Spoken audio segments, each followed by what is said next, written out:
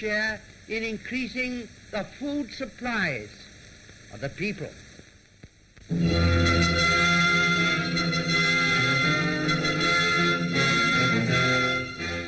The great build-up in preparation for D-Day on the Rhine included important work by the Navy. For the crossing of the lower Rhine meant the handling of a large number and a big variety of landing craft and ferries. The Navy took these craft to Antwerp and then on by canal and by road. There seems no limit to the surprises of this war, and certainly it is a surprising sight to see the Navy setting a course by road across Holland en route for the 21st Army Group front. Of course, the Army had also been very hard at work over the build-up, a stream of tanks and vehicles of every kind pouring forward towards the Rhine. And for a whole week, all along a 60-mile front, Field Marshal Montgomery had shrouded his men's activities in a vast and continuous smokescreen. This made it obvious that he was going to strike, but it left the enemy guessing as to exactly where and how and when.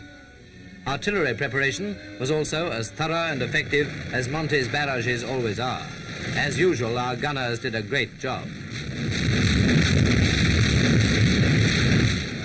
0 hour on Rhine D-Day was at night, and by morning, the first of a rapidly mounting total of prisoners were coming in.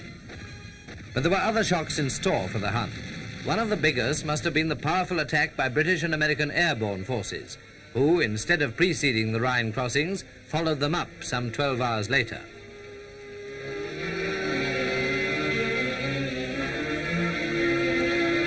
Equipped with a sense of humor, something quite incomprehensible to a German, many of them veterans of airborne operations, including Arnhem, they were going into action in broad daylight to land right in the center of vital German defense positions.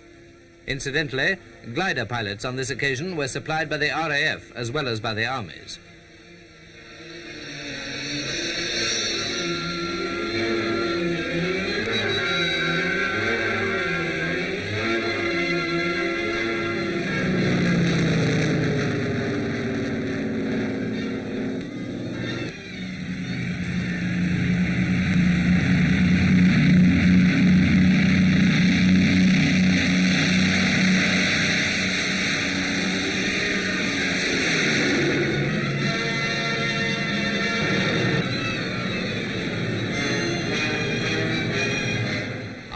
And American airmen had not only cleared the Luftwaffe out of the sky, they had also been taking great care of the enemy's defense lines and communications before and during the operation. A fraction of the airborne force crosses the Rhine near Wesel, down there where the fires are burning.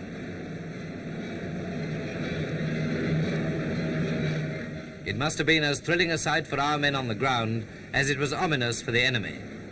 German prisoners were extremely interested, and no wonder. Bang on the mark in broad daylight, in a Germany which once boasted that no enemy planes would ever cross her frontier, paratroops and their equipment went down.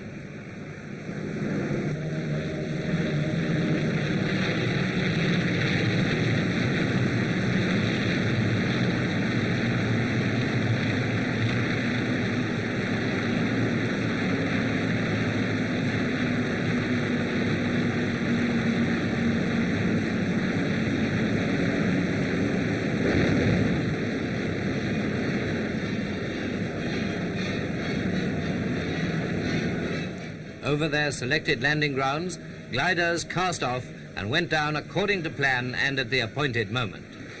Down below, the battle was already going very well indeed, and now the airborne divisions arrived to play their part. Inevitably, there were accidents and crashes, and we include a record of several of them because it is well to remember the sacrifice that is now being made by many in the cause of freedom for us all.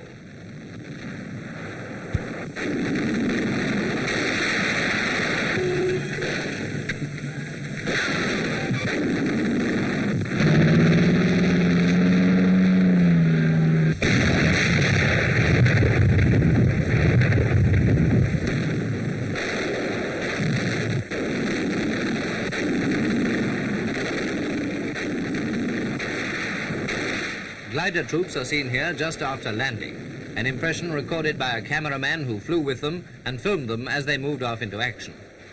Capturing whole gun positions and accounting for about half of the first 8,000 prisoners, they linked up with the ground forces precisely as planned. The heroic Battle of Arnhem was certainly avenged.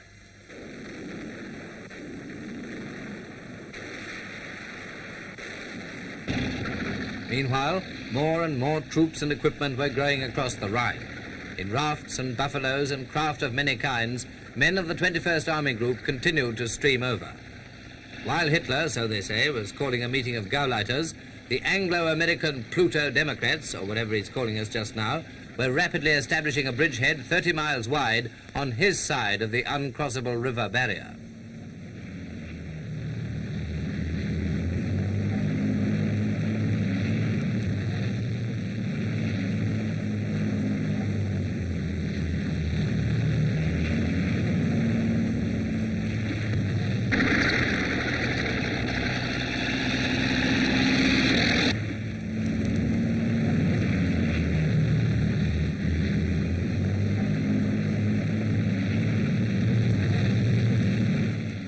At home, it was all terrifically exciting news, and nobody was surprised to hear that Winston Churchill was on the spot to share to the full in this great historic moment. With Monty and Field Marshal Sir Alan Brooke, CIGS, he had a grandstand view of the battle. Naturally, the Supreme Allied Commander and a number of other generals were there, and well satisfied they must have been with the way things were going. The Prime Minister, watching the trail of a rocket on its way towards Britain, knew, as we know, that the days of German V weapons are running out. And then he crossed the Rhine.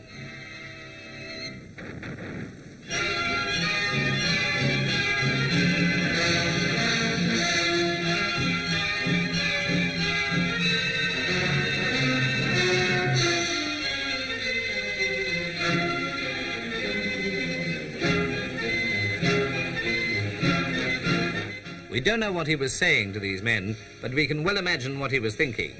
Well done indeed, and thank you.